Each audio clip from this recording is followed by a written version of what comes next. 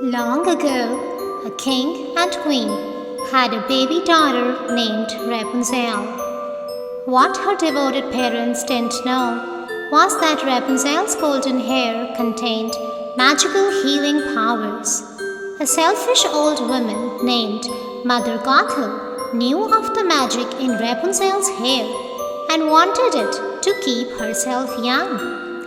So she kidnapped the baby and raised her in a tower deep in the woods, never telling her that she was a princess.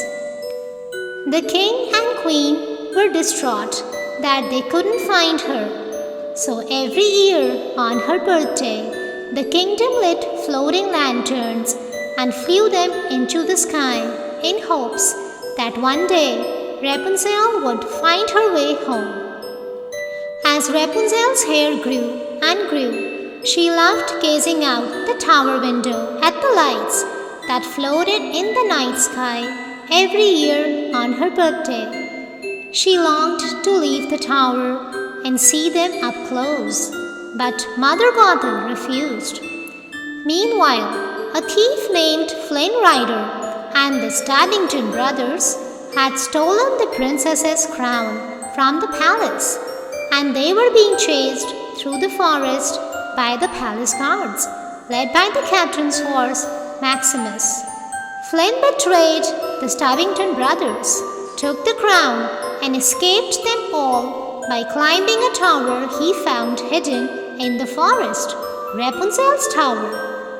When Flynn Rider climbed into the tower, Rapunzel knocked him out with a frying pan. Then she secretly inspected the satchel he carried. Inside, Rapunzel found a sparkling gold object. It was so familiar. Flynn Rider awoke and found himself tied to a chair with Rapunzel's long golden hair. Rapunzel made a deal with him. "Take me to see the floating lights and return me here safely," she said. In return, she would give Flynn back the satchel with the crown, which she'd hidden under some floorboards. He reluctantly agreed. After Flynn agreed to help, Rapunzel used her hair to climb down from the tower. She'd never been outside before, but when her feet touched the grass, Rapunzel nearly burst with excitement, exclaiming, "Woohoo!" Meanwhile, the Stabbington brothers met up with Mother Gothel, who'd realized Rapunzel had left the tower, and they chased after Flynn and Rapunzel together.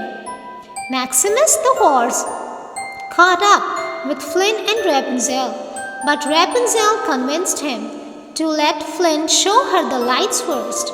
Then they could chase each other to their heart's content. Flynn then showed Rapunzel around the kingdom. Some girls braided her hair with flowers so it wouldn't get tangled up everywhere, and Flynn thought she looked beautiful. He took her to read books in a library. One morning, Rapunzel saw a breathtaking sight, a beautiful kingdom with a castle sitting high above. She headed straight to it.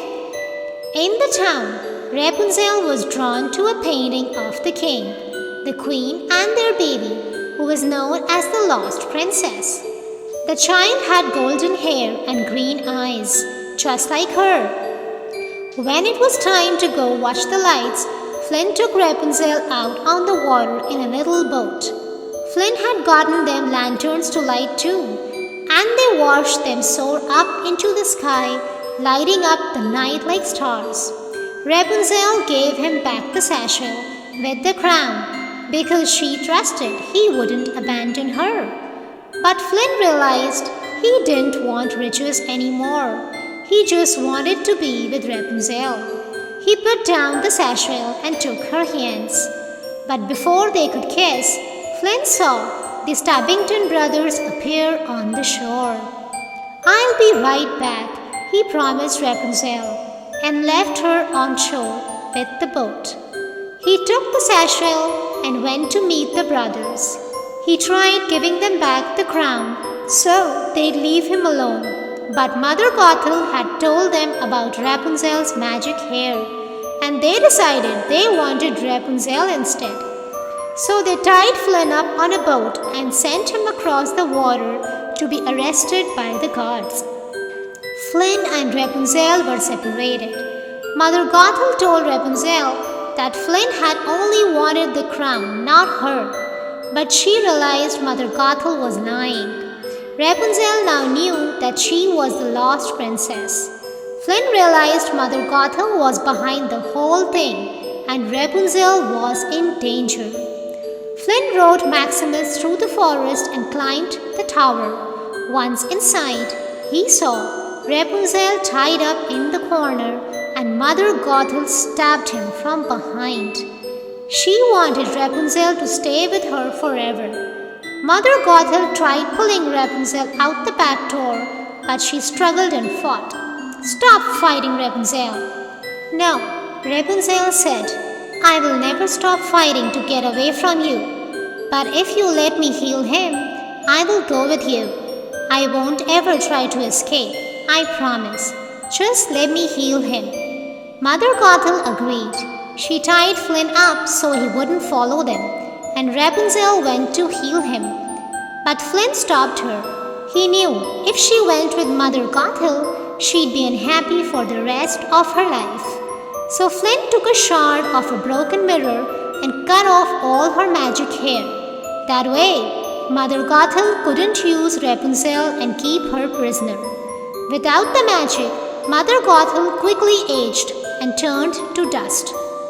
Rapunzel was now free, but Flynn was dying. She bent her head and cried, singing her magic song, "You were and are my only dream." But even without her hair, Rapunzel still had magic in her. One tear fell onto Flynn's cheek, and the magic flowed through him and healed him. He woke up and they kissed, and they went back to the palace together. The king and queen rushed to embrace their lost princess. The kingdom rejoiced. Their lost princess had returned, and she was loved by all, especially Flynn. He asked her to marry him, and of course, she said yes, and they all lived happily ever after. That was the end of the beautiful Rapunzel's story. If you loved the story, please like and subscribe. Thank you.